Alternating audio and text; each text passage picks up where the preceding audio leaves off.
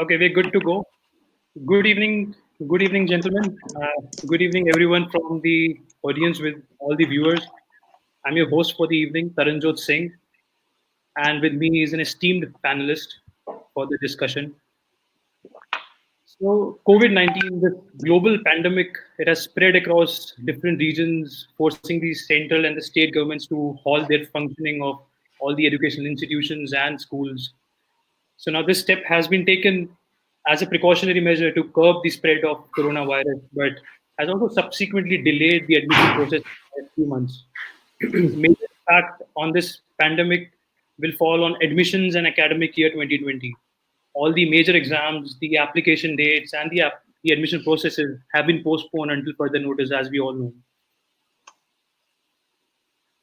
Are our educational institutions prepared to deal with immediate impact? Are we really prepared to cover the loss of these few crucial admission months? How will the educational institution their next?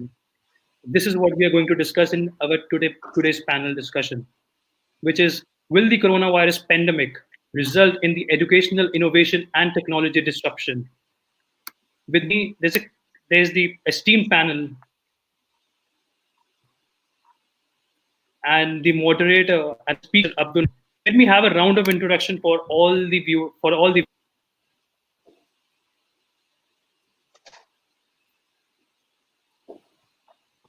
So, with Mr. Abdul Nasir for Lexicon Mile, the winner of Debbie Marriott Harrison Take Care Award of Excellence 2017, Asian Pacific Take Care Award 2019, BW Hotelier General Manager of the Year 2017.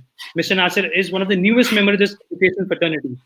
In his last role, Mr. Nasir was a general manager of the Western Koregaon Park and a chairman of Marriott India Business Council, under whose leadership the Marriott India Business Council of the World in 2019.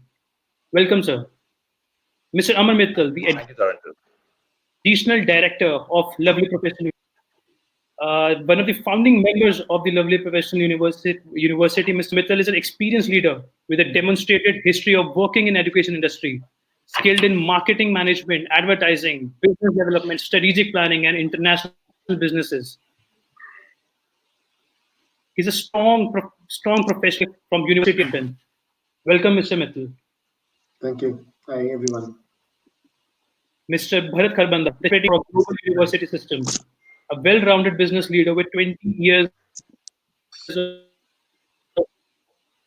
multidisciplinary and cross-industry CG, and a higher education industry.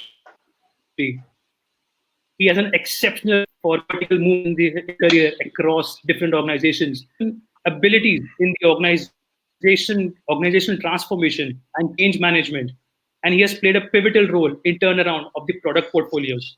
Welcome, Mr. Kharbanda. Thank you, Taranjot, for such a lovely introduction. Dr. Hi, viewers. Dr. Devanshu Patel, Hello. the president of Parul University. Dr. Patel is director of Parul University, whose unflinching commitment towards a drastic impact in the scope and development of private education in Gujarat. Medicine and surgery and a doctorate of medicine in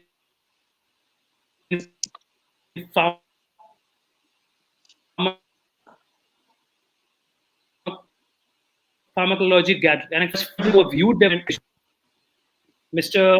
Sachin Jain.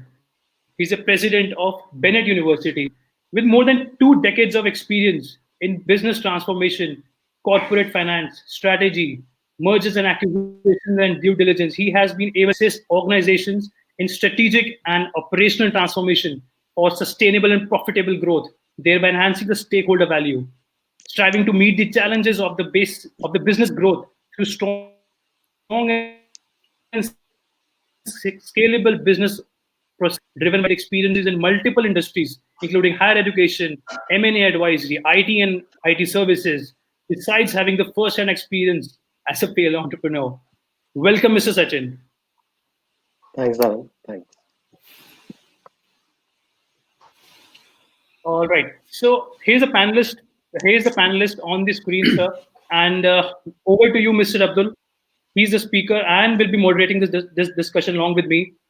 Over to you, Mr. Nasir.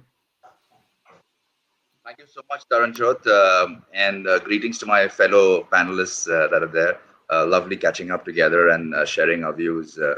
Um, a big thank you to all the participants who've joined us on this webinar. Greetings from Lexicon Management Institute of Leadership and Excellence. To start off with, it's a few humble requests actually before we move into the conversation. The most important thing and the key of the hour is for each and all of us to look after ourselves, take care of our health, follow the hygiene guidelines that have been set up, work very, very closely on the mandates that have been shared by the government, and follow those strictly. Because if each of us can contribute strongly and each of our efforts will make a big difference in how we fight COVID 2019. Another humble request that I have is who are less fortunate than us and maybe having their own concerns and challenges that exist at this moment of time in their households. So whatever you can do from your end to make your contribution beneficial to others, please do that. Make it a point with your friends to do that. Now, moving on to the topic at hand and the impact of COVID 2019 and how it is kind of impacting us in the education field and the world around. Uh, I strongly believe that the knock-on effects that actually happen because of a concern like this are just not related to the financial health of an individual or the financial health of a family, but they actually go on and impact the mental health of the individuals that get impacted by COVID 2019 in terms of their employment, in terms of the effects of the pandemic, but also have a complete psychological impact on the family. And it is very, very critical at these points of time that families stay strong and stay together. If you go on social media today, you see varied posts from people saying that, I have nothing to do. What do I do and how do I do it?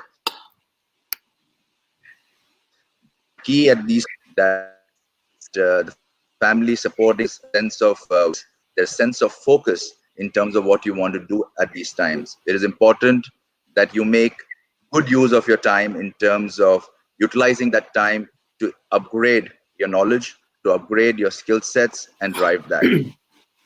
A lot of thought normally would go and people would assume that during these periods of time, when you have an impact such as COVID 2019, which has had a drastic impact on the world economy, you would see the count of students actually decline. My perspective is a little bit on the opposite side. I think this is a time where one needs to invest in education. Uh, they need to kind of look at the skill sets that they currently have and grow that skill set. What it will do is, in the long run, it makes the individual more employable, skill heavy. So the understanding of their trade and the understanding of the other aspects of management leadership are enhanced. Uh, it also, what it will do is, whenever there is an economic chill, it kind of shields you from these winds. It helps you to be kind of take this head on and become more employable as perspective to somebody else. So whilst the people who are graduating this year, there may be challenges for them in terms of job opportunities, in terms of employment opportunities, because of the way the economy has slowed down. In the long run, for the students and for the individuals and the workforce who are well equipped in terms of education, they will be able to actually stand out better and hold themselves better as compared to the competition. The other aspect that I feel which is there is what COVID 2019 will do is, to a huge extent, help reverse the recent negative trends in the domestic postgraduate market. It will kind of give us some sustainability, some kind of a shield to reverse these negative effects and move into positive trends. The end result that I think that will come out of an impact of COVID 2019 will be a more highly skilled workforce that will, at the end of the current crisis, be able to stand themselves stronger and be able to hold themselves better with a positive outflow for the higher education sector. And on the whole, the nations will benefit with a more skilled demographic. We already are aware that the human capital age and the productivity efficiency index of India is much better because of the youth index being higher in our country, and this will only help us leverage further. So, with that, I'll hand over to my fellow panelist, Mr. Aman Mittal, for you to take it forward. Hi, thank you, Abdul. Hi, everyone. This is Aman Mittal here from Labi Professional University. And, speaking on COVID-19, I mean, Taranjot has put a very interesting question. He said, are we prepared? The answer is definitely no. We were not prepared. I don't think so anyone in the world was prepared for this pandemic which has come over. And is it impacting us? I think it is impacting everyone, including the education industry and our students, our faculty, and everyone. I mean, the effect of this COVID-19 is really, really big. As Mr. Abdul also mentioned, that it's not only about economy, it is also about how it is impacting our mental and physical health. I really feel that this is a testing time for everyone. Few of us are more fortunate to take care of it in a better way, but there are a lot of people who have very low means to handle such a big pandemic that's fallen on them. Financially, they're broken. There are a lot of challenges. We all know about it, and I think I don't want to repeat that, but I think it's good time that we should come out strong. I mean, jumping on the various points that we thought that we're going to discuss about it. I mean, one of the big point is that how is what to what extent is going to be impacting the education cycle, and how even the admission and academic year will flow. I'm not too sure. I mean, anybody has a real answer to that, because we really don't know that how long this lockdown will go on. If this go on till 14th of April, I think we're still manageable, and we should be able to manage a lot of things if the lockdown opens up on 14th of April onwards and things starts moving in a in a relatively easy way. But it carries on longer. It's a trouble. We don't know how the impact on the education cycle would happen. How this particular semester which we are going through will move forward. But I think the real answer, will only come once we get to know that if this lockdown will open up on 14th April or not. Uh, there are also a lot of uncertainty on the JEE exams and other entrance exams which are getting postponed. I mean, forget about JEE, even the plus two exams are not over in many of the state boards, and even in the education entrance test like JEE, like the CBSE. So I think it's very important that government, though they are really planning it, but I think they have to find a plan B also to see that how they're gonna do these exams, or what is the way the entrance to various institutions will be made if this further goes on. I mean, of course, we as educationists are trying to think about it, but I think it would government would have more data on a lot of stuff which is very important to be shared at this moment, so that we can take a more informed decision here. And I think one more aspect is that how we are ensuring that the teaching is going on right now in the university. That's a very important aspect. Everybody is talking about Zoom and taking Google classes. We are trying to do the same, and thankfully the technology is coming in handy a lot during this testing time. And we have done I was sharing with my other panelists as well.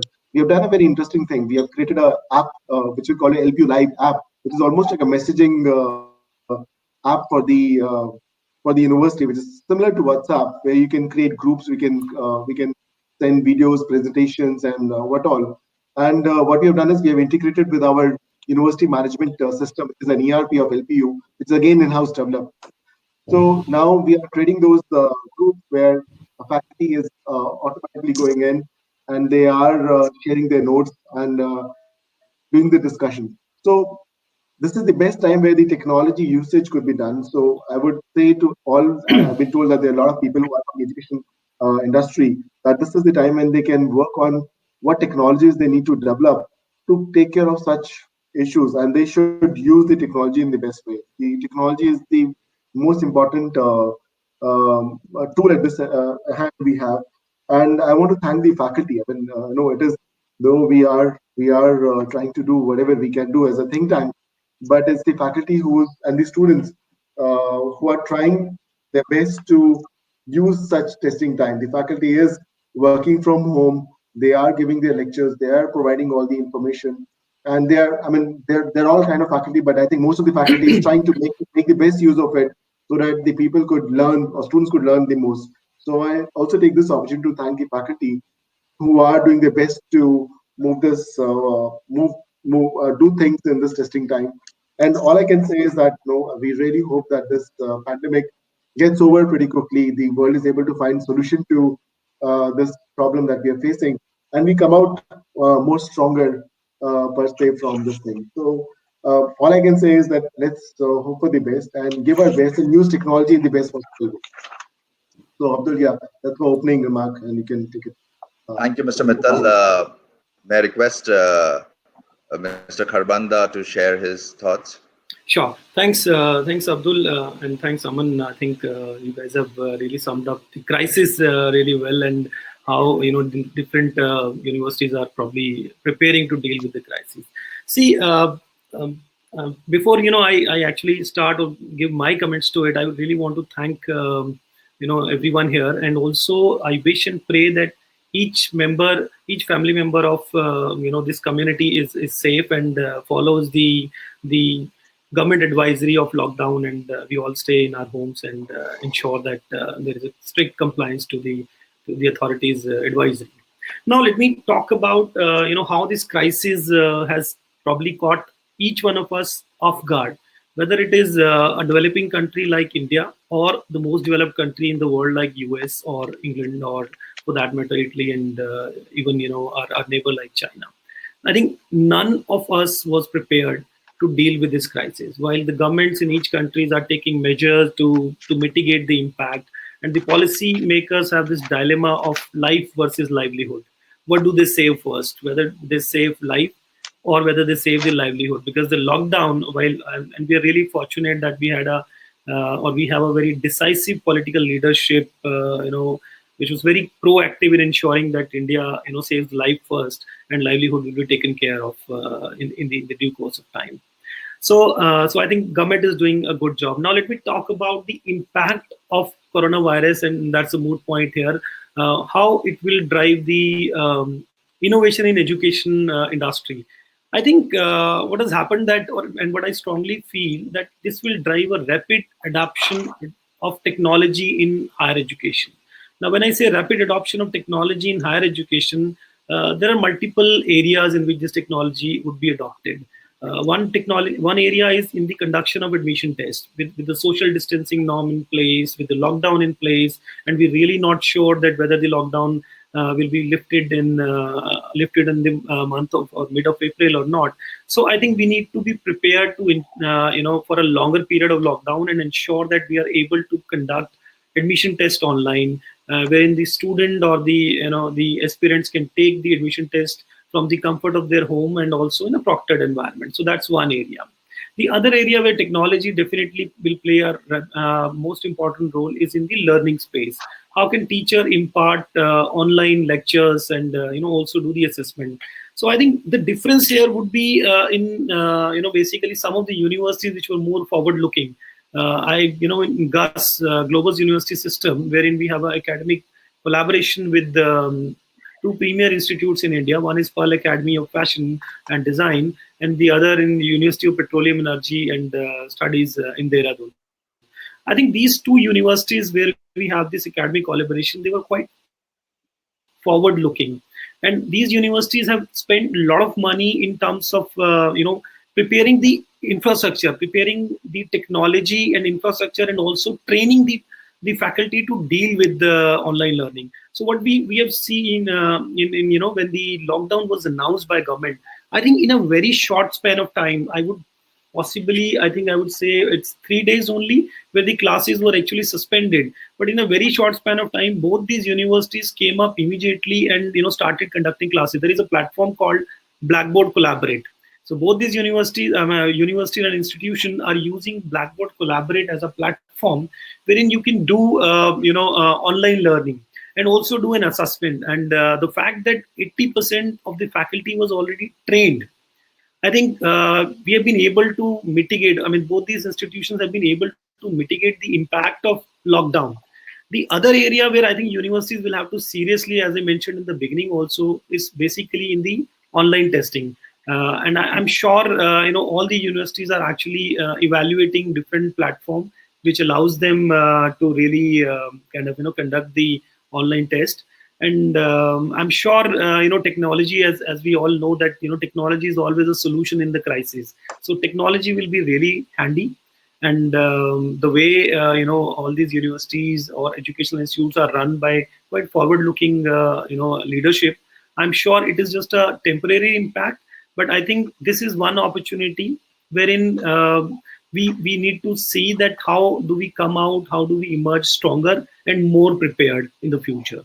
So I think that's where I would say universities and educational institutes need to be better prepared to deal with this kind of situation.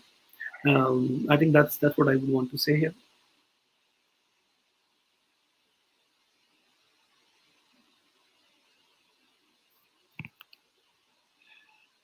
Thank you, Bharat. Dr. Devanshu, if I may request you to put in your thoughts and enlighten the audience. Thank you, Abdul, and thank you, Aman and Bharat, for sharing their insights. First of all, let me thank College Dunia on behalf of Parul University for giving me this opportunity to speak with stakeholders of higher education.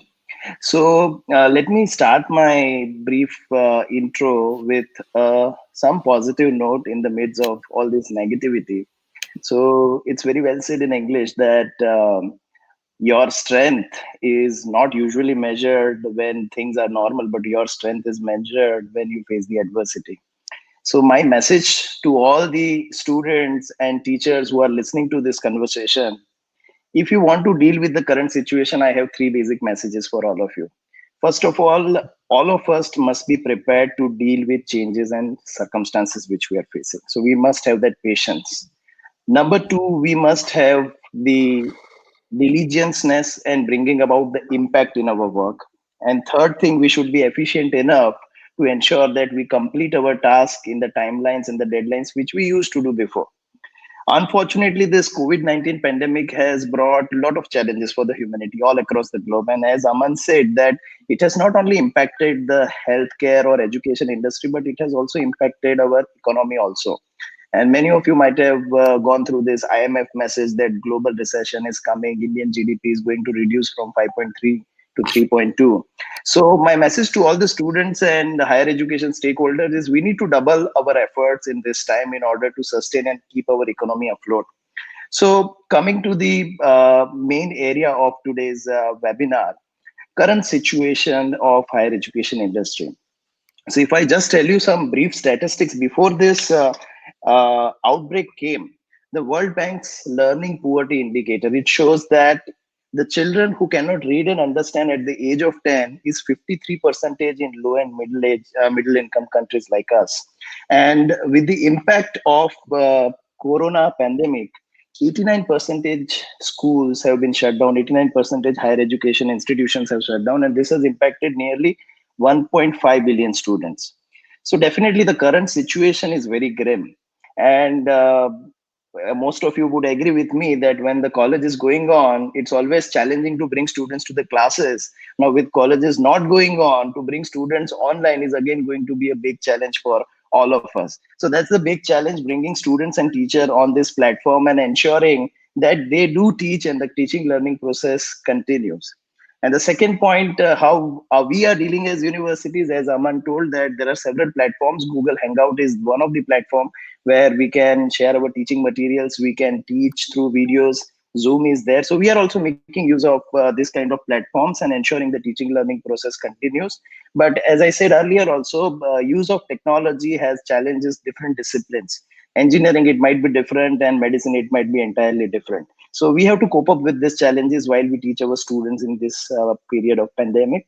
And another thing which I would like to emphasize is about the assessment and evaluation of the student at this time. So very recently, the Gujarat government had taken a decision to mass promote all the school students from standard 1 to 9 and 11 standard. They're yet to take decision for standard 10 and 12. So the mindset of the students is already there that universities are also going to mass promote us. So in this scenario, it's very challenging for the university to make out a mechanism to assess the students.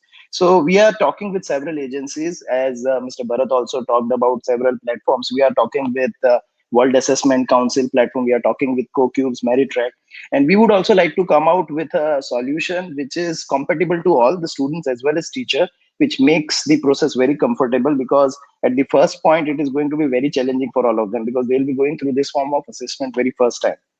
So we are also trying to work on that. And lastly, use of digital platform and digital marketing.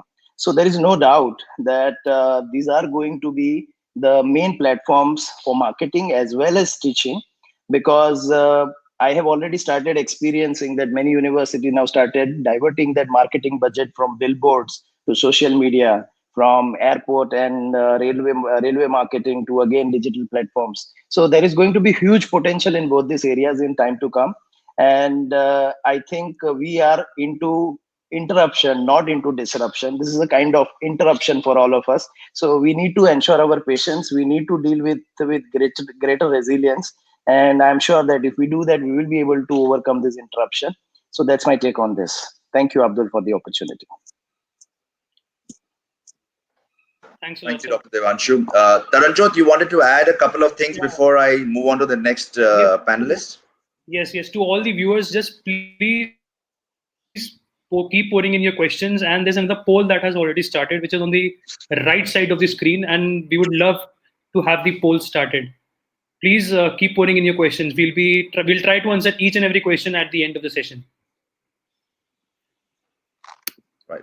Thank you, Over to you, Taranjot. sir. Thank you, Taranjot. Mr. Sachin, if I may request your insights and inputs. Sure, Abdul. Thanks. The best part of talking in the last is that most of the points are covered. So there is limited that I need to contribute. But I think everybody has spoken all the relevant points. I would agree with Dr. Patel that in this time when the mind is clouded with all the negativity, I think we should see the silver lining in the cloud, right? And I see that at three levels. First is essentially like what Bharat mentioned. Uh, the Indian government needs a pat on the back.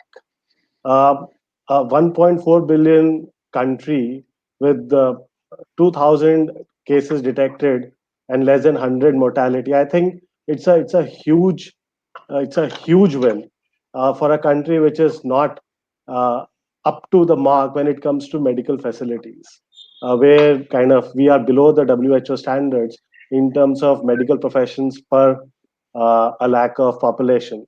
So I think it was a very well timed move.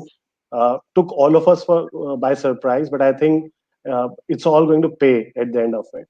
So that to me is the first silver lining that I see. The second essentially is I look at this as demonetization 2.0. Now, this is a demonetization of a different kind. What happened a few years back was primarily a push towards financial inclusion, and this one is towards digital inclusion. I think the way the bandwidths are getting choked, consumed, Amazon Primes to Netflix are moving to SD instead of HD. Talks about the kind of eyeballs that we are having on on the internet. So I think, and I believe that's not a nudge, that's a push. And some of these transformational changes requires a big push, which I think this time has been done by the nature instead of a policy initiative. I think the third element that I see is in terms of relooking at the overall education as as an area in terms of right from um, the acquisition to the delivery. I think the entire model needs to be revisited, uh, and in a positive sense. Uh, Dr. Patel mentioned about some of the conventional marketing mediums going out of the window.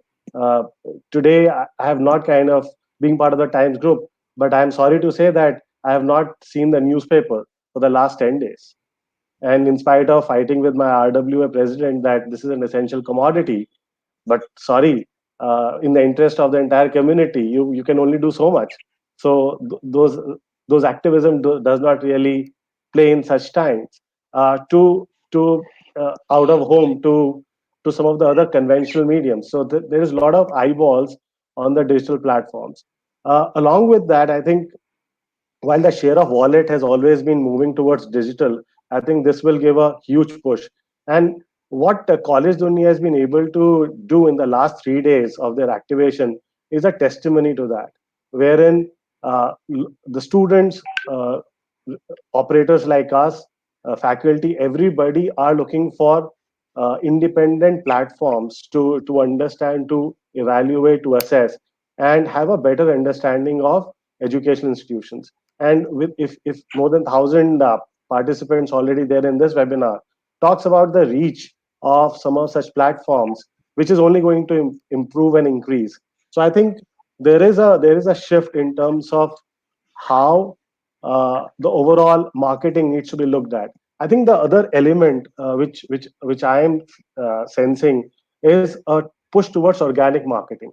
Gone were the days when it comes of a paid marketing or performance marketing to organic marketing, wherein a lot of it nowadays, given that the students would have time, is all about word of mouth in terms of what they are hearing from their peers, from their friends, from their seniors in terms of a program or in terms of an institution per se. So I think a lot more focus will be there in terms of what is it that the ecosystem is talking about a program, a university, instead of some of the conventional mediums.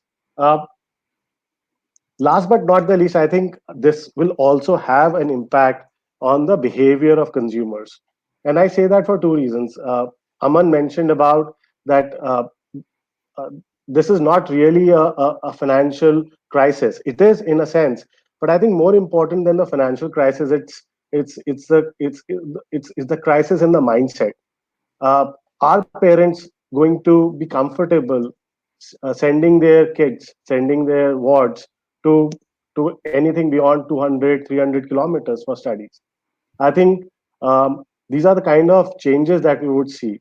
Also, in terms of study abroad education, I think there would be an impact where, and which is again, as I say, it's always a silver lining in the cloud, as I always look at that. Uh, with an increasing participation even at undergraduate level in the study abroad program, I think that would have an impact at least for this year, wherein parents and students will be evaluating um, options within India, good options within India, instead of moving to overseas for their undergraduate programs. So just to sum up, as I said, while the overhang is there and will be there for some more time, I think there is a big push towards digital inclusion. It will have a long-lasting impact on the way we kind of operate in the education space, right from acquisition to delivery. Uh, it will have an impact on the consumer behavior in terms of portability and movability of students um, beyond a certain distance. Um, and last but not the least, I think study abroad will have a positive impact, as I see, for us. Last, just to end, I would also say that please understand we are all in this together. It's not that it's going to impact Bennett University or Lovely Professional University. It's a pan India problem. So even if the admission cycles stretch, they become longer. I think we are all in together, and which I believe is good, because it's not that somebody is kind of having an advantage over the other, which essentially means that we would get enough time as an ecosystem to actually complete the entire what do you say admission process that would have a cascading impact per se on the academic year. But I think this year is going to be exceptional in that ways, where everybody has to do some compromises in their individual processes. Perfectly summed up, sir. Perfectly summed up. So on that note, the poll results are coming in. We have a poll wherein we are asking, will the coronavirus pandemic impact the interstate transition of students? On that note, 72% of the respondents say yes, the students' interest is going to affect the states that might affect the states which are most affected is going to come down. On From that perspective, Mr. Bharat Kharbanda, the question is to you: what do you think on this perspective, specifically kind of the diverse crowd the UPES and Pearl Academy caters to? What is your take on that? Yeah, see, I tend to agree with what Sachin mentioned, that interstate movement of the student will get impacted. But I think that's something in the case if this lockdown and if this crisis go out of hand. And hopefully it does not go. I mean, the way government has taken initiative, my personal feeling is that we should be able to contain it. But when we talk about Pearl Academy and UPES, Pearl, I will talk about UPS, but then let me talk about Pearl Academy as well. We have 6 campuses. Our campuses are situated in Bangalore, Calcutta, Mumbai, Noida, Jaipur, Delhi. So we have a very, very spread kind of a footprint. So I think even if the interstate student, movement gets impacted, we still will kind of, student will definitely look at the campus which is near to their particular state or near to their home. UPS, if we talk about, Uttarakhand as a state, I think so far Uttarakhand has not got impacted majorly. I think there are a number of cases when we talk about in Uttarakhand, and the way Uttarakhand government has been proactive in terms of taking mitigation, measures. I think Uttarakhand still would be a very attractive kind of state for any student to come from across India. We would like to have the point of view of Mr. Abdul Nasir as well here, because considering the fact that that the college is situated in Pune, and Pune is one of the most affected areas, and you get students primarily from outside Maharashtra. So, how do you think it's going to impact Lexicon Mile here? So, firstly, one of the things that we all discussed and we all kind of agreed upon is that you have to give immense credit to the government of India and the state governments in terms of how they have handled this epidemic. The forward-thinking approach in terms of controlling the epidemic. In fact, WHO today recognized that how strategic and how straightforward we were in our thinking to take the decisions of a lockdown in the early days. And one of the states that has been leading this surge and leading this fight against COVID 2019 has been Maharashtra. Yeah. The Honorable Chief Minister of Maharashtra, Uddhavji Thackeray, was very, very clear in his outlook in terms of what he wanted, how he wanted to go about. We were the first to kind of put markings on international travelers coming in, getting home quarantine done, and those aspects. Maharashtra as a state is an extremely well-developed state, which has the ability to fight crisis and fight economic or any other depressions very, very strongly. You're aware, Pune is called the Oxford of the East, and the reason for that is it is the educational epicenter of India.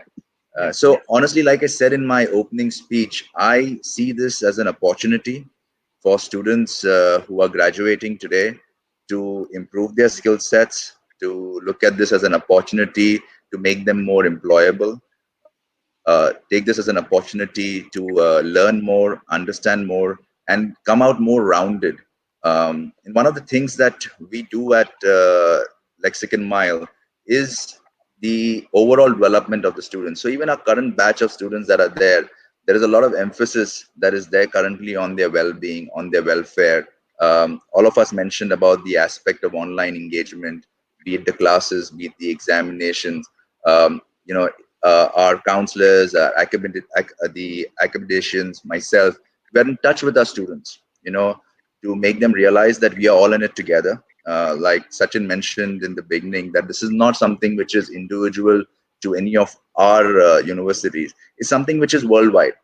And the key aspect of it is going to be the word taking care.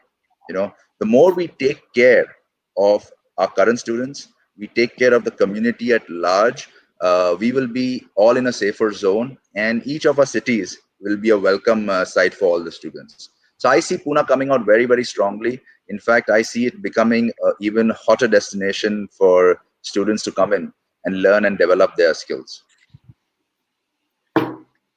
Thank you, Mr. Nasir. What's your take, Dr. Devanshu Patel, on this? I do not practically agree with the polls. First of all, let me explain on scientific terms. Okay. If you take the entire worldwide data, out of all the patients who have been affected by coronavirus, only 5% have them fallen critically ill, and the mortality is just 2%. And if you take in India's case, it is further lower. So chances of a student acquiring an infection while traveling locally in a bus and train is as good as him traveling to any other state. And secondly, what is to be considered, which many scientists have investigated and found conclusive evidence also, that countries like India who are having mass BCG vaccination, they have very good herd immunity. Secondly, our temperatures and our environmental condition are not very favorable for spread of coronavirus. So I don't think so that this should impact the interstate transfer. Rather, what will depend in such situation, how do university market themselves to the potential students?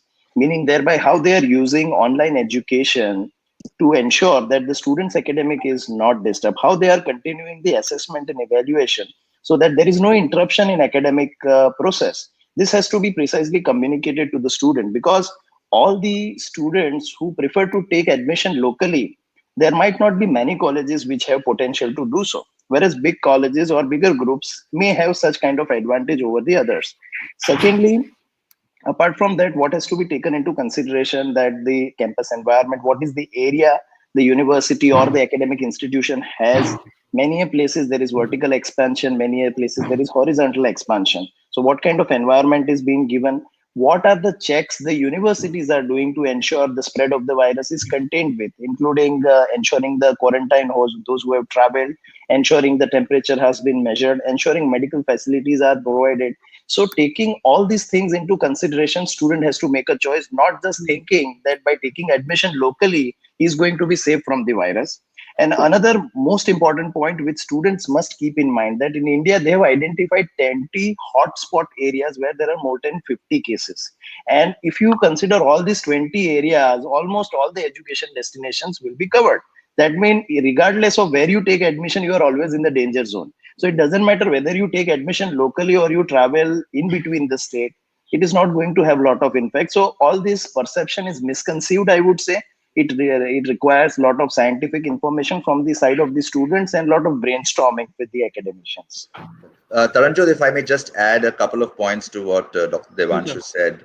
If we actually go onto the WHO website today, there's a section called Mythbusters. And I strongly recommend, as part of the reading habit that our students have and prospective students have, they should go to the Mythbusters section.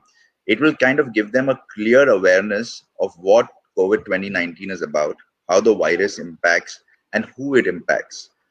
It also kind of, as a culture, one of the biggest advantages that we have as an Indian culture is hygiene has always been a very, very strong point for us. And that is one of the key basic necessities that is there in terms of fighting the virus, is maintaining hygiene. So, if the students can go, the faculty, everybody can go onto the WHO website, look at the Mythbusters section. It'll throw a lot of insight on what it is. And like Dr. Devanshu said, it's not where or who or how. It generally is a certain age band. And today, the student age bracket that is there of the graduate, the ones who are graduating and moving to a post-graduating, their immunity towards this is much, much stronger. And the universities that we have all around, one of the key factors that all of us on this panel and those who are not there also, our key focus is hygiene and looking after our students. So I think that's a big thing that the students should keep in mind, that, we do focus and we clearly focus on taking care of our students. Thanks a lot, Mr. Nasir. Mr. Mittal is there online. So, sir, we are discussing that will coronavirus pandemic impact the interstate transition of students? 69% of the respondents say that yes, the students' interest in affected states might go down. Now, considering you as the one of the prominent universities where the diverse pool of students come from across 29 states in India, what is your take? It is going to impact for LPU? Is it going to impact for other top universities? Or what's your take on it, sir? I think once the government takes a call to open this lockdown, I mean, it would be taken considering that no, this kind of impact of cross. So if it will impact everything. It will not that okay. It will be impacted by Punjab or it will impact Maharashtra. The cross interstate of student movement will happen, and all the universities are who are big are they a very responsible university. If they are opening their campuses, this means they are opening the campus because it's safe to come, and this is the assurance which students should have in on the big universities or all the good universities, that all the universities opening their gates, it means they are safe to come. We will also not risk anybody's life or anybody's health. And I don't see that there would be any challenge in that. I mean, people for anybody, for any parent, any student, education is a very big investment. It is a very big decision, and I think the quality would prevail. It is not about interstate; it is about quality. Whosoever is going to provide the quality will get the right students, be it is in whichever part of the country. Taranjot, can I come in? Just wanted to add something to what Aman said. Taranjot, what I would suggest, or not even kind of suggest, I would rather, share my opinion. I think the universities which are able to project themselves as more caring, better prepared to deal with the crisis, will definitely have advantage. And how that needs to be shown. For example, as I mentioned in my opening remarks, that the universities which have invested more in technology, the universities which have invested more in training their teachers to mitigate the impact of suspension of classes, the universities which were able to kind of quickly go back to the academic year, quickly continue the learning, and the universities which are able to conduct tests online, I think student will see those universities, student will see those brands in a very different light than those universities which probably are not as forthcoming or as evolved. So as I mentioned, both our institution, UPES and Pearl, I think within 3 days of suspension, we had Blackboard collaboration as learning management system, and our faculties were trained. So we were able to restart the classes. And I think the student testimonial which have come, like, those students who have attended, and the attendance, by the way, was more than 75%. So the student testimonials or as a feedback to those classes has been tremendous.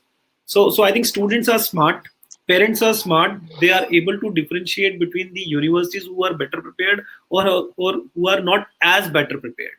So I think that will also have a major impact on the decision making of this of a student.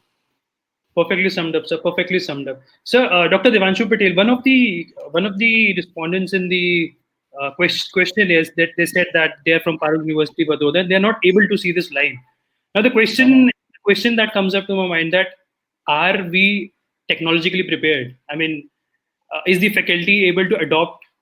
Are the students able to adopt the technology? Are we really prepared with respect to adopting this technology on the digital medium? Because this is something which came up in the questionnaire questions as well, section as well. So my answer is no, because nobody was predicting this situation to happen. Because most of the teacher, as we started this conversation, we were discussing that most of the teachers were not anticipating this kind of environment to happen. But again, I would like to quote the same quote that necessity is mother of all invention, and we do not have any choice. All the teachers, all the students, they have come up to terms with the current situation, and they have to adapt the current scenario. They have to ensure that they are devoting their time in the teaching learning process which the universities are evolving. Otherwise they will fall prey to whatever we are predicting, the financial crisis and whatever is going to happen, job loss. They will be part of it. If they are not part of this process which is being undertaken by the university, to streamline the teaching learning process. So I feel that academic leaders like us, they have a great responsibility. I would feel that if principals, head of the departments, and the presidents of the university, if they continuously speak with their students through their social media handles about the importance of being engaged in this period, because it's very easy to get lazy and to get into this lockdown mode. Many a times we see students getting up or not getting up early, which you usually used to do, not spending the time on the teaching learning process. So it's very easy to fall prey to the current situation. So the motivation level needs to be very high among the teachers as well as students. And for that, it is very necessary that the academic leaders speak with them on regular basis from virtual medium, which will help the motivation level up all the time. Otherwise, they can lag behind. And more and more emphasis is put by the academic leaders. We will be able to get greater cooperation from the students as well as teachers. So coming up from the virtual media, my question to Mr. Sachin Jain is that what are the different digital services that you think that a college or a university or an education institute would actually require, considering the scenario that we have? What are the different digital services? What are digital kind of services that we would be requiring? Are you talking about more from a acquisition standpoint or delivery I'm talking standpoint? about the entire funnel, I right? think, Marketing yeah, to the admissions, yeah. yeah, I think as far as the marketing or the acquisition side is concerned, the services are already in place, and all of us are actually consumers of those services, be it performance marketing or social media marketing. I think it's the emphasis and it's the share of wallet. So my belief is that the share of wallet will increase significantly towards the digital medium, away from the conventional medium. Uh, in addition to some of the social media marketing and performance marketing, I think uh, all of us, all the kind of contemporary universities have also kind of initiated um, differentiated engagement models through chatbots, through live sessions, etc. So I think the future lies wherein there's a lot more interaction in the digital space than in the physical space.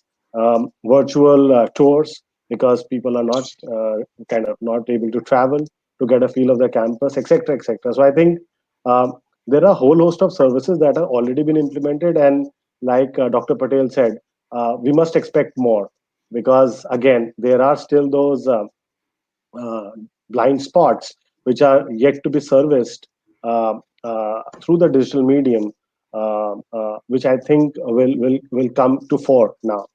On the delivery side, I think I would not say that the Indian universities, uh, this is the shakeout period, because to be honest, like what Aman also mentioned, irrespective of COVID or no COVID, there was already a WhatsApp based group messaging.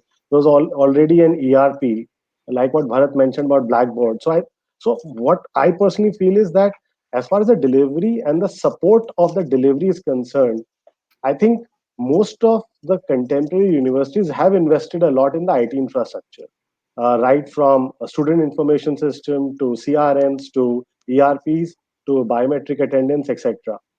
I think the missing link, which I also mentioned in the beginning, was in terms of the teaching pedagogy in a digital world.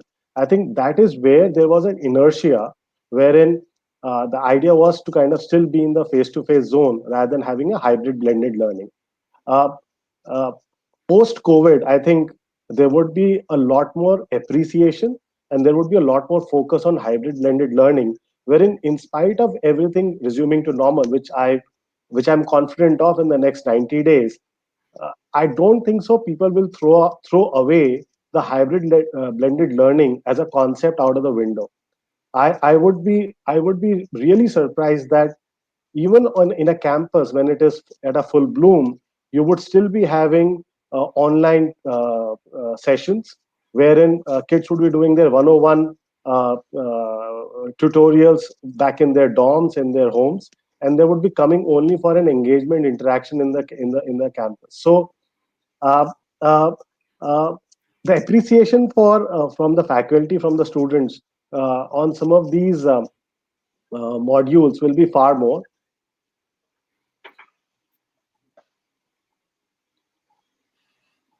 I think there's some technical glitch at Mr. Sachin's end.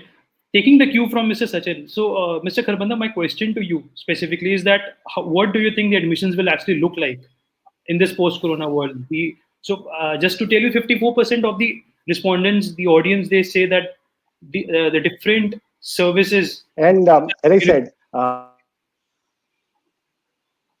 so 54% of the respondents are looking for tools for online classes for different digital services, and about 35% are looking for tools for engagement tools for the current admission cycle. So what's your take, and how the admissions will look like after this in the post-corona world? See, as Sachin was mentioning that the share of wallet when we talk about the expenditure, the budgetary expenditure on promotion, communication to the prospective student is definitely going to get skewed toward digital platforms. There could be more money spent on performance marketing or digital marketing. There could be more money being spent on promotion or communication of what you do on social media, and also the relevant content, because it's not just post-COVID world. I would say that there has been a massive uptick in the spends toward digital media, because the youth, the Gen Z or the generation who is going to now come into college, their media consumption habit has been largely towards digital media. So I think in the post-COVID world, in the acquisition space, when we talk about student acquisition, definitely this is only going to go up. This expenditure towards digital marketing, towards social media marketing would go up, and we possibly will have to find out more digital ways of engaging with the student. I'll just give you one example. What the university, UPS and Pearl Academy did this year. They have launched the application, mobile application for the applicants, those who have not taken admission so far, but they've applied, they've filled the application form. All the relevant information is already now available to an applicant through that mobile app. And any content which you want to push, whether it is regarding admission notification, whether a content regarding to a specific course, or whether a content which is generally or like a master class or anything, you can actually push it through that. So I see post-COVID world, the admission acquisition would largely kind of happen through digital media. Having said that, I still feel that print, because each media has a nuance, each media has an advantage. When we talk about a secondary target, which is like the parents still get a lot of their information through print media and offline media or a mainstream media like television. So I think while the expenditure may go down, but it will not completely stop, because certain mediums are considered to be more credible or more efficient in generating the awareness, and certain mediums are more efficient in giving or revealing more information. So while the parents may get information through print and TV, but student definitely will be more engaged on digital platform, and the brands, universities or educational institutes have to be better prepared to kind of churn out more relevant content for the student to engage them in the post-COVID world, and that will become a reality. Now in terms of delivery of learning in the universities, I think as Sachin also mentioned, right now most of the universities just have some portion of online learning. Major part of learning happens through face-to-face learning. So what I feel that this hybrid or blended learning, this component is going to go up significantly, and more online learning will happen. So that is something in the delivery, and I think many institutions have already started doing it. There is a platform called Business of Fashion.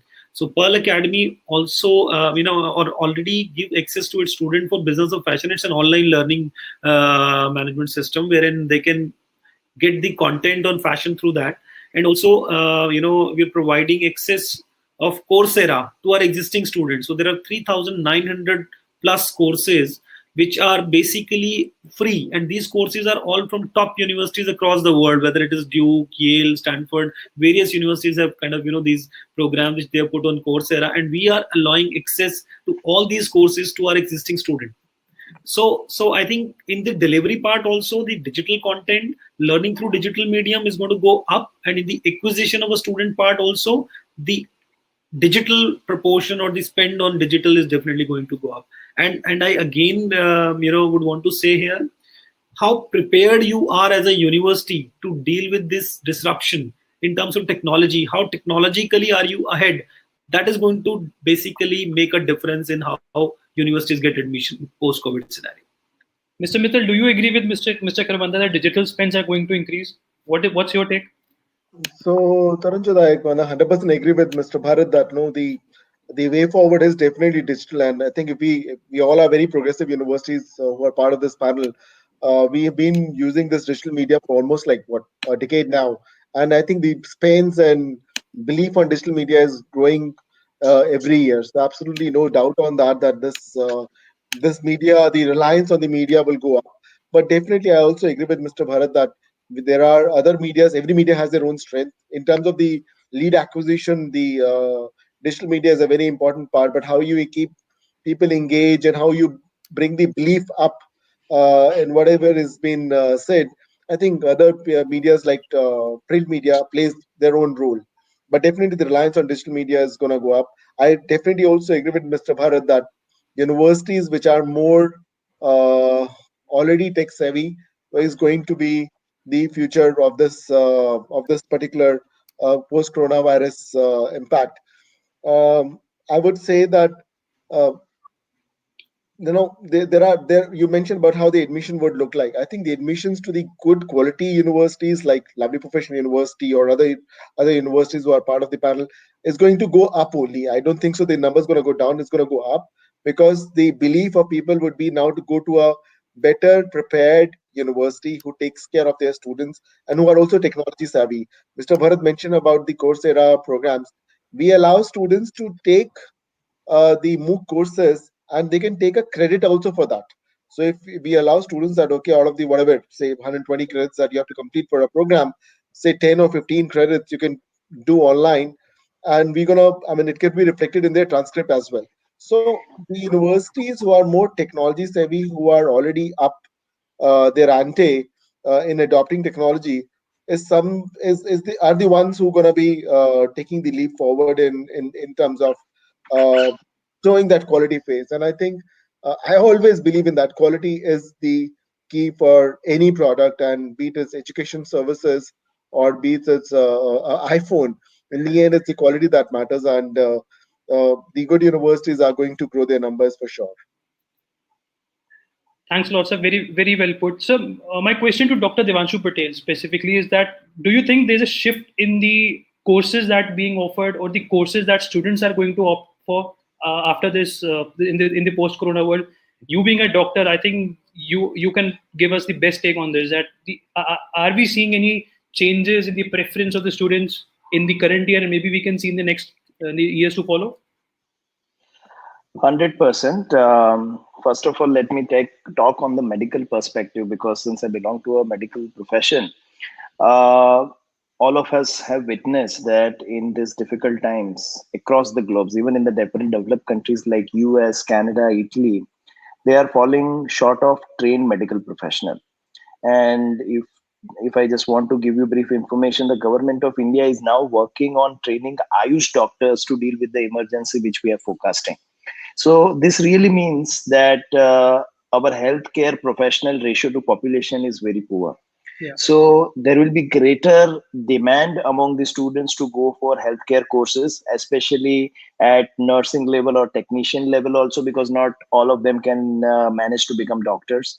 But we heavily need this kind of manpower in our country, looking towards the population which we are dealing with. So courses like emergency medical technology, operation theater technology, anesthesia and critical care technology. So these are the courses which are going to be in heavy demand, because Many of us have seen the news items, what happened in Italy, what happened in Spain, and what is now happening in USA, that the patients are being admitted in the walkways of the hospital. There is not enough space, there is not enough manpower to deal with the emergency which we are dealing with. So there will be great need of this kind of professional in time to come if we happen to deal with such kind of pandemics in future.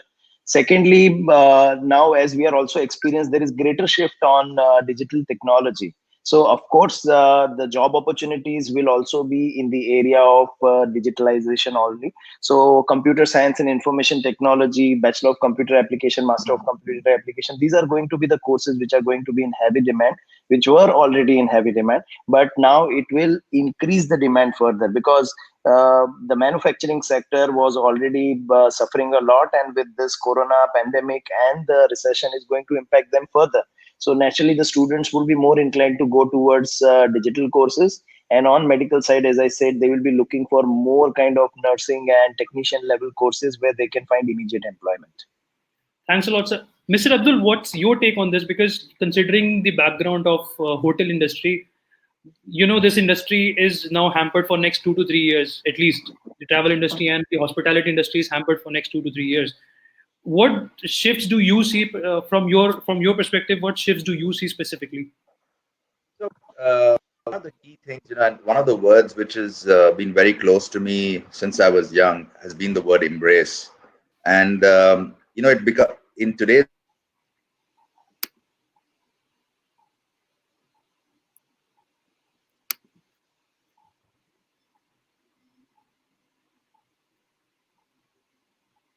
I think we have lost Mr. Nasir's connection. Mr. Nasir, are you there?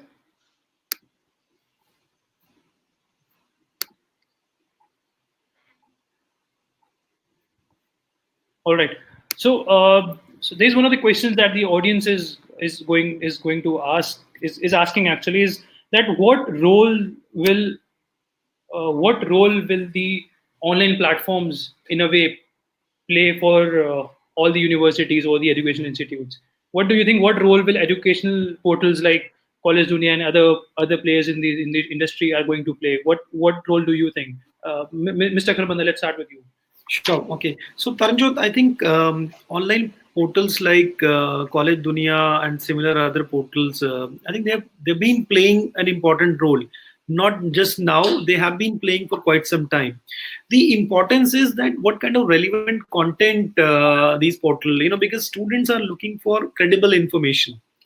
I think as long as all the portals are putting credible information and all the kind of brands of universities, as long as they are putting right information, sending right sending more credible and more relevant content through this portal, I think the portal will continue to play an important role. The other aspect, I would say that while portal is just one area of or one platform of engaging with the prospective student, universities will have to come out with more such own kind of platforms also, which is whether it could be a mobile app or their own YouTube channel wherein they need to promote relevant content. So I think yes, portals will have to play a very important role and they will continue to play that, but universities will have to look at beyond portal also what other ways of engaging or engagement with the student are possible, digital mediums of engagement. Mr. Mittal, what's your take on this? See, Taranjot, I agree with Mr. Kharbanda that no, in the end, there's absolutely no doubt that digital media is going to go up, and all these portals, right from yours or others, they have a very important role to play, because when the people are going online and even looking for a review when they want to buy a small mobile phone, and so when it's a matter of doing a education decision, people are going online and finding reviews and a lot of more information about the university. So definitely these education portal has to play a very, very important role. Their role is already very high, and it will further grow only. Again, my take would be that yes, the portal has to play a very, very I would say a neutral role while students are searching for information. They have to be uh, true to their users and viewers who are coming to them with some expectations. So all the information that is going on your portal has to be really, really correct and has to be credible. and definitely we need to, as a university, have to create our own digital assets, right from a more engaging digital website, or using tools like chatbots. We have recently introduced chatbot on our website, and so which can help students answer a lot of questions. We have to work on ensuring that all our content is more discoverable. Uh, so I think the reliance, I mean, with this digital impact with COVID, I mean, we are all of us are really moving towards digital. With this impact or this pandemic coming in, we suddenly realized that okay, we have to run faster than what we were expecting to run. So we all would run pretty quickly, and we need support from portals like College Dunia to help us give her more ideas that how we can engage with students better, and would request portals like College Dunia to be giving the right information to our prospective students. Mr. Nasir is back. Mr. Nasir, what do you think the online portals will play the role now? The education portals will play the role So, now. unfortunately, I was not audible earlier. Yeah. So, what I was saying, the word embrace is one of the most critical words that kind of sits in our environment. Earlier, it was a direct embrace where it was going out physically, being out there, and ensuring the relevance of that won't go away. The physical embrace that is there, that always stays strong.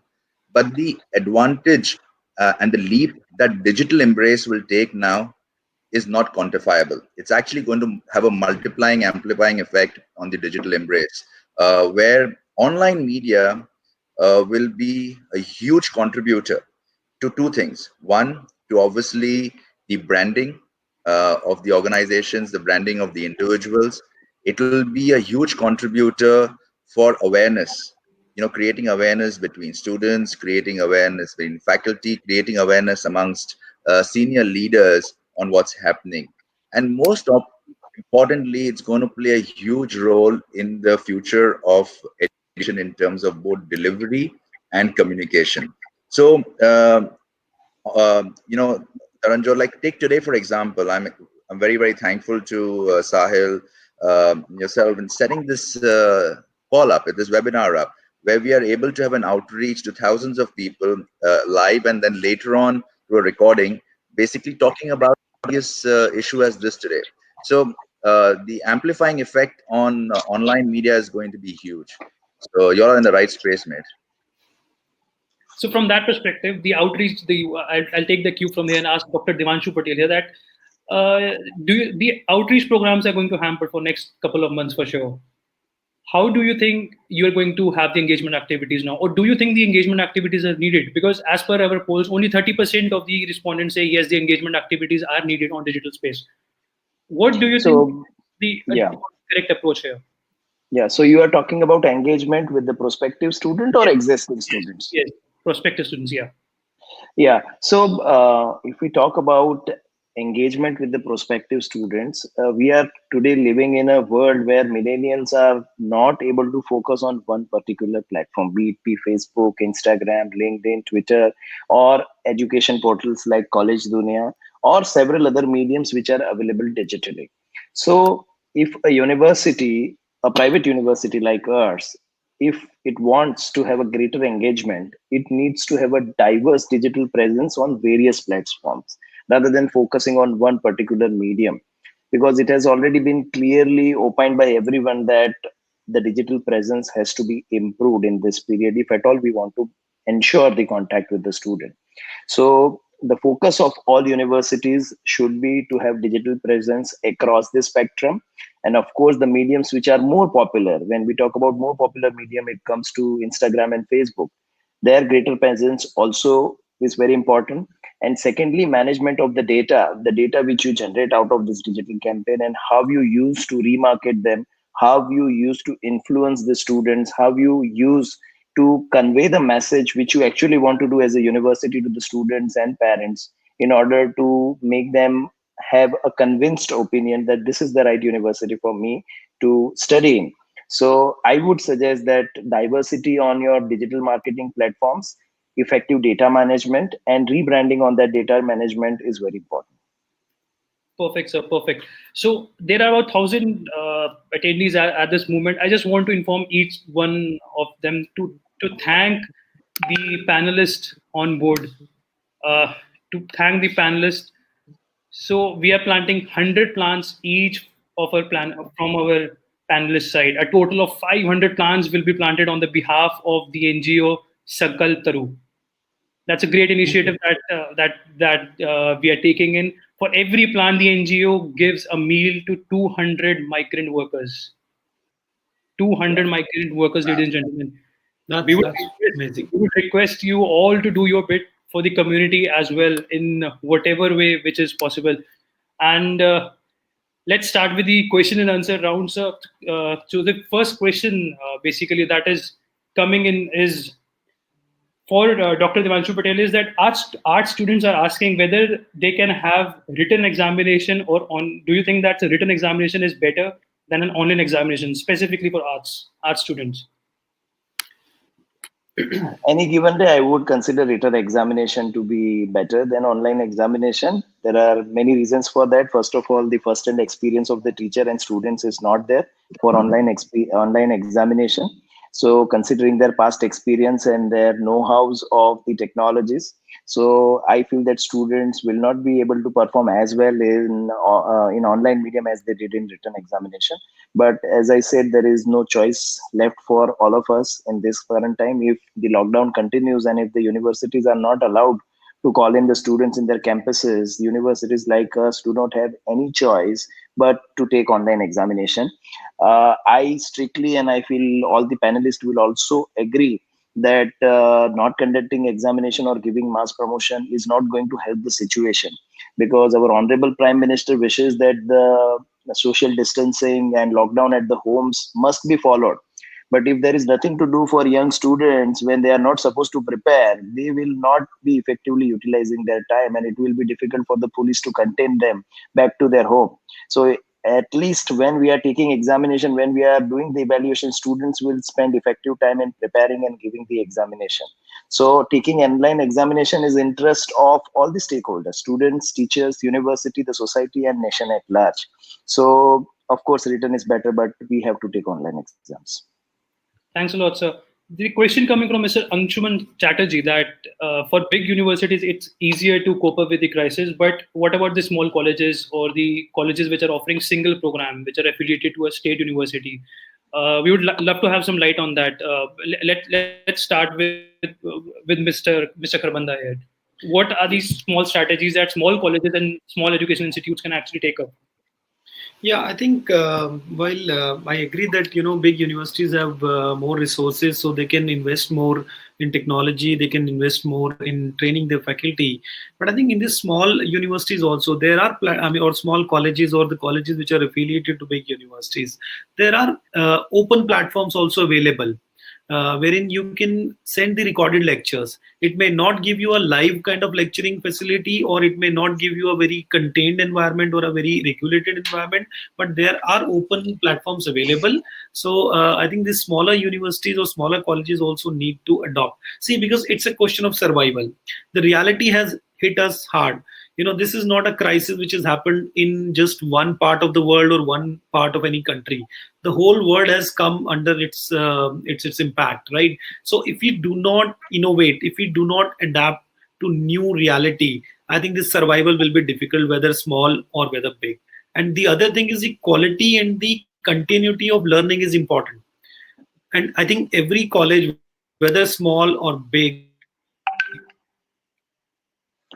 would want to continue imparting learning to the students. So I think smaller universities, smaller colleges need to look out for these open platforms which are available. As I think one of the panelists mentioned in the beginning, also there are Google kind of platforms available.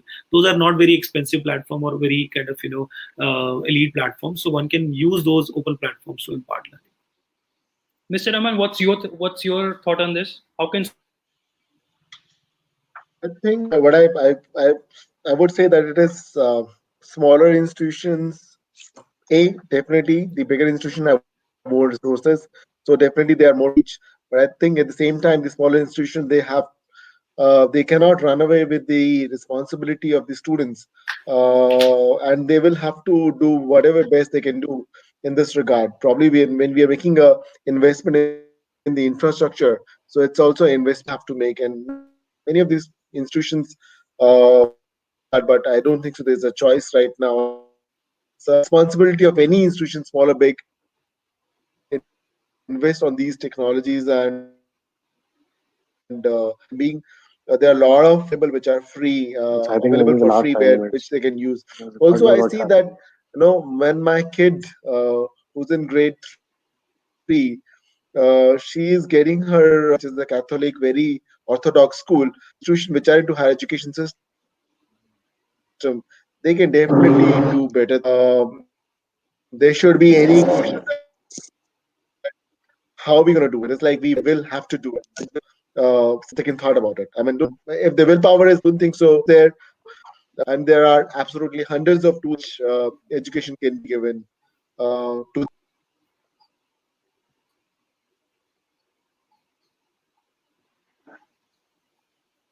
students. I think our moderator has some technical issue. I think Taranjot's going to come back, but But users Aman, here, I think You can we can continue. we So I can say that in the end, big or small, we need to be prepared for it. Absolutely, as a bigger institutions, and I also think that when you are a bigger institution, you have to invest a lot on technology. When you are a smaller institution, you have to also the spend on the technology would be much smaller as compared to the investment that Lovely Professional University has done. I mean, we have. I don't know. I mean, I sometimes when we prepare our IT budget, we feel that okay, we are spending too much, whatever budget. But I think now is the time that we presented. I mean, what we invest was worth every penny. So yeah, I mean, we should keep investing on the technology, and there's no other way around it.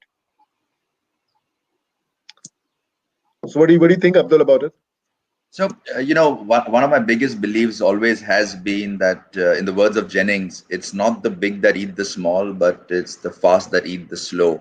So, it's not about the size of the university, but it's about the intent and about their focus towards rendering quality and great content and education. The advantages being a large university or being a smaller university will have its pros and cons, but it is very, very critical that with the resources that you have, you look at innovation. And it's always said, whenever there are disruptors that come your way, if you are efficient and you're smart and you're intelligent, you will take that as an opportunity to innovate and grow. So my message to all universities is irrespective of what size you are today, the key would be innovation. The key would be keeping the central focus that we all are there for, which is the ensuring that our students get quality education. That is kept as the core, and we do all our work around that. And at this moment of time, speed is going to be critical. So if you are equipped to deliver that right away, great. If you're not, move fast towards getting there, because that's what's going to be the key differentiator in terms of how well we are able to give quality to our students back. So, Dr. Devanshu, you want Dr. to kind Devanshu, do of you have any take add on on that? to it? Yeah, but I think most of us have talked about the use of digital platform and what can be done for smaller institution. But I would also like to address one very big point, that what has to be done at policy level, because we are one of the well-off universities and we can do much better. But there are many underprivileged people in our country who will be heavily subjected by this kind of problem. So, as I speak, we have nearly 200 million people in India who do not have access to electricity. So, we have to look upon other countries, what they have done in this area, this period of crisis, basically. And we have also written to Honorable Prime Minister to look into this as far as higher education and school education is concerned. So, if we see China, when they were suffering from this pandemic, they started sharing materials through live television forecasts. So the data says that in China, over 120 million Chinese got access to learning material through live television broadcasts. They heavily used radio also as a medium of communication. And there is also, for an instance, a Hong Kong-based Read Together forum, in which there is a consortium of over 60 educational organizations, publishers, media, which is providing 900 education assessed free of cost to the students, basically. And government needs to heavily think about internet, because internet is a problem. No matter what we discuss, students coming from interior, they are having a lot of issues accessing this all thing digitally.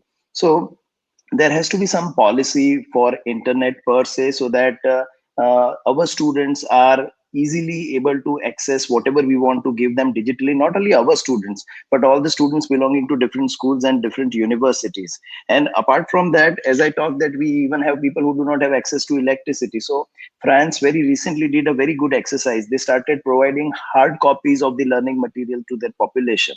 So this is also one of the very innovative exercise. Some countries are resorting to podcast, which is easier to download, and the audio learning material can be very good. So what I would like to say from this platform, that we all universities must collectively also emphasize upon the government that we should think about the masses, basically, because this is a very big issue which is going to impact a lot of people in time to come.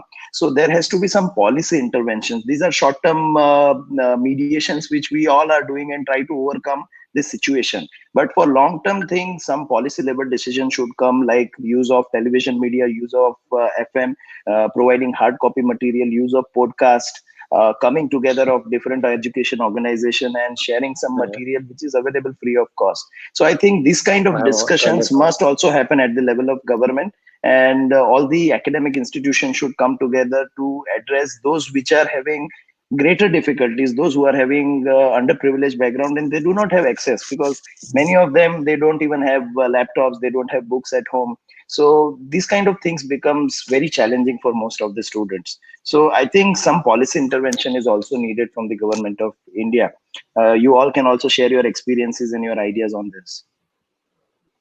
So just FYI, Taranjot is online. He's just put his video off. Yeah. So Is Mr. Taranjot, Sachin online? Mr. getting back Sachin to is you. online? Is Mr. Sachin there? Hi, can you hear me? Yes, sir. So we would love to have your take on this as well. Actually, I missed a big part of what was being discussed, to be honest. So no clues. I just got in. Mr. Nasir, again. can you please help me? Can you please help me here? So Sachin, what we were discussing currently is the question that came up was, do our smaller universities restricted in this current scenario as compared to bigger universities because of the resources they have at hand, and what are the suggestions that we would have for them? I think it is a question of more privileged versus less privileged. And even if I consider myself to be more privileged, for the last half an hour I was struggling. So that itself tells the state of affairs when it comes to the more privileged like us, who have a decent broadband capability at our homes, and still kind of at times technology really conks off. So certainly it's very easy to talk about digital adoption and digital inclusion, but fact of the matter is that we talk about 4G, but at some places you don't even get the G, forget the 4G. And in such a situation, there is a challenge in terms of the digital adoption. Uh, Second, I think so.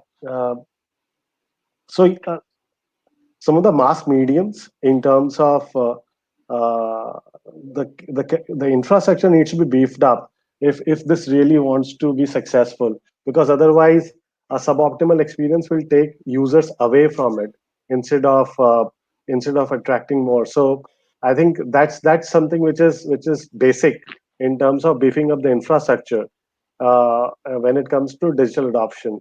Along with that, I think there are experiments which are being done in terms of by Google in increasing the penetration, but also some of the local jugaad kind of technologies wherein you are using radio or a local cable TV in terms of pushing across some of the content, especially where internet connectivity is a challenge.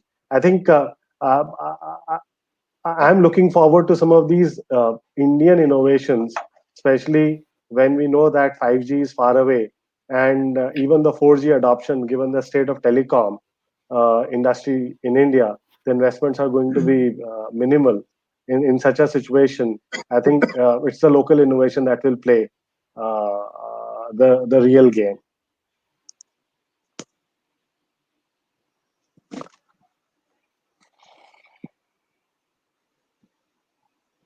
Hello, Yes.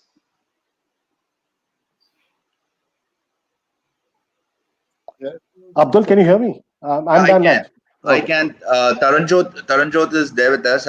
He is just reaching out to with us with any questions that there may be Okay. currently there with him.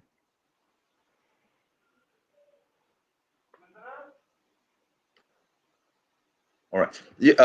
I think he's dropped out. So, what we will do now is we'll try and do a summary of what we've spoken till now, and then I'll try and hand it over to Taranjot once he comes back to close the webinar. So, I think one of the big things that we spoke at length, and all of us were online and common to that fact, was that we are all extremely thankful to our Indian government. We are thankful to the state governments for the efforts and the proactive approach that they have taken to handle the situation at hand. It kind of hit out at the world from out of the blue, and as a government, we were extremely proactive, forward thinking in the actions that we took. The second key piece that we spoke about was the intervention of technology and digital to mitigate the current scenario, be it the aspect of getting the education across to the students, getting the content across to the students, be it online examinations, or in terms of lead generations and admissions. The third aspect that we spoke about together as a panel and had more consensus upon was how, as a community, as an education community, we need to work together to ensure that the students understand what is at hand, what is the concerns that which are at hand, and how together we are going to kind of help them move forward. The other positive aspect that we all spoke about at length was the importance of upgrading our education in terms of upgrading the degrees that we hold, upgrading the knowledge that we hold. So there will be a lot of upskilling and upknowledging, which will ensure that if in case there is an economic chill that comes in the future, our students are better prepared for it. And last not but least, what we spoke about is this is not only something which is a downfall or a downturn, which is medical in nature, which is directly impacting only physical health. It's not only something that is impacting financial health because of the economic downturn, but is also impacting mental health. And it is critical that as a community, as responsible educators, we work towards counseling our students and supporting our students to ensure great mental health during this period. And I think it was a very, very constructive conversation that we had, and I'm sure that the audience that we had has benefited from it. And Taranjot, if there are any questions that Last, are there I for just, any of us I later, just you want to have last thoughts. I just want to have last thoughts, Mr. Kharbanda. Just last thoughts for you, from you. Sure. I think, firstly, I would like to thank College Dunia here. I think, it's a very healthy and a very insightful discussion which we had today. Gave us a lot of perspective, and I'm sure audience also would appreciate that the kind of, initiatives which are universities in our Indian universities are taking to ensure that the impact of suspension of classes is mitigated, and also how each university, it's not small or big, as each educational institute needs Yeah. to be prepared Yeah. to deal with these kind of crises in the future, and also the trend we all probably, all the panelists agreed that the trend is that definitely in both spaces, whether it is the acquisition of a new student or the delivery of education to an existing student, the reliance on digital medium is going to go up, and we need to be prepared for that. So I think that's what my take on Thank this you, sir. Thanks a session. lot. Thank you, sir. Thanks a lot. Mr. Mittal, your last thought, please. Taranjot, I would only say that thank you for arranging this thing. It's very enlightening for another 1,000 people who are joining this. Getting this thoughts Yeah. from my fellow fraternity. It's an eye opening that people are thinking about so openly. So I'm very glad that fraternity is thinking very openly that how to come out of this problem and just not think as the problem, but to look at it, look through that what could be the solution of the problem. So I think as an that approach, I'm very happy that the whole education fraternity is talking about.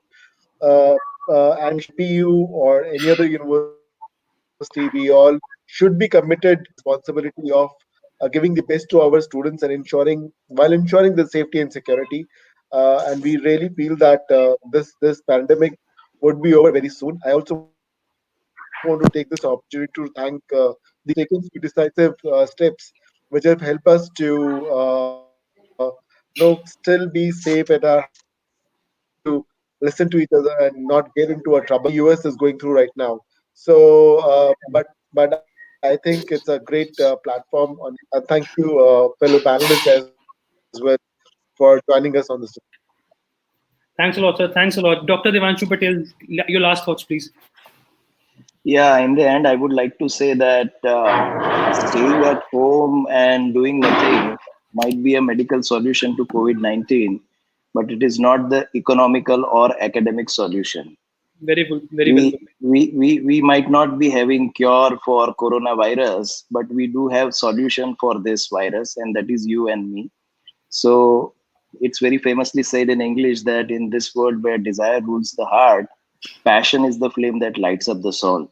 So I would urge all the viewers who are viewing us that in next 2 3 months be passionate about your laptops, be passionate about listening to your teachers online, because take it from me that 14th April we are not going to open the universities, because last 2 days we have seen that cases have risen from 300 to 600, and the government would not like the students to crowd up again after 14th April and spread the infection further. So we must be prepared to stay at home and learn at home. So we must be passionate about learning online. And my appeal to all the academic leaders, again, please speak with your students, please speak with your teacher, keep them motivated. If they are motivated, we can keep the students on track. And my appeal to government is please think seriously about the internet. We need to come out with solutions for providing free of cost internet or subsidized internet, at least for the teaching learning exercises, so that nobody is deprived in this 2 3 months time. And all of us need to keep our spirits very high. Then only we will be able to tide over this situation. Very well said, sir. Very well said. Mr. Sachin Jain, your last thoughts on this, please. Uh, my last thoughts are all covered. Thanks, Dr. Patel. I think you very well said it's a passion that's going to kind of drive it, because I agree with you. It's a long winter. It's not going to get over in the next 15 days. So let's be realistic about it. I think the only other element that I would seek a collective support is also because a lot of parents would be going through a financial stress, and education is something which is second highest on the consumption basket in India. But where the government should also chip is in terms of education loans.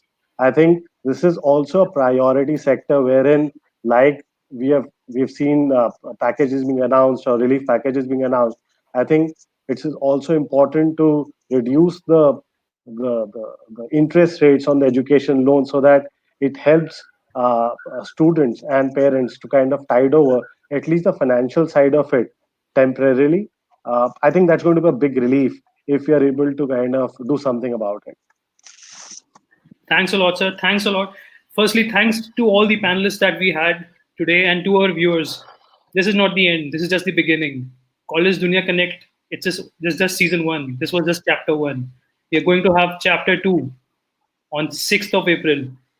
and you will get more insights from us. The topic, educational institutes striving towards a digital transformation. We would love to have you guys there as well. And on that note, let's be passionate. Let's fight hard. Let's beat Corona, and let's be passionate about the thing, about the admissions. At the end, let's not just sit back at home. Let's fight. Stay safe. Stay vigilant. Thanks a lot, folks. Thank you. Thanks. Thank you. So Taranjot, can we log out now?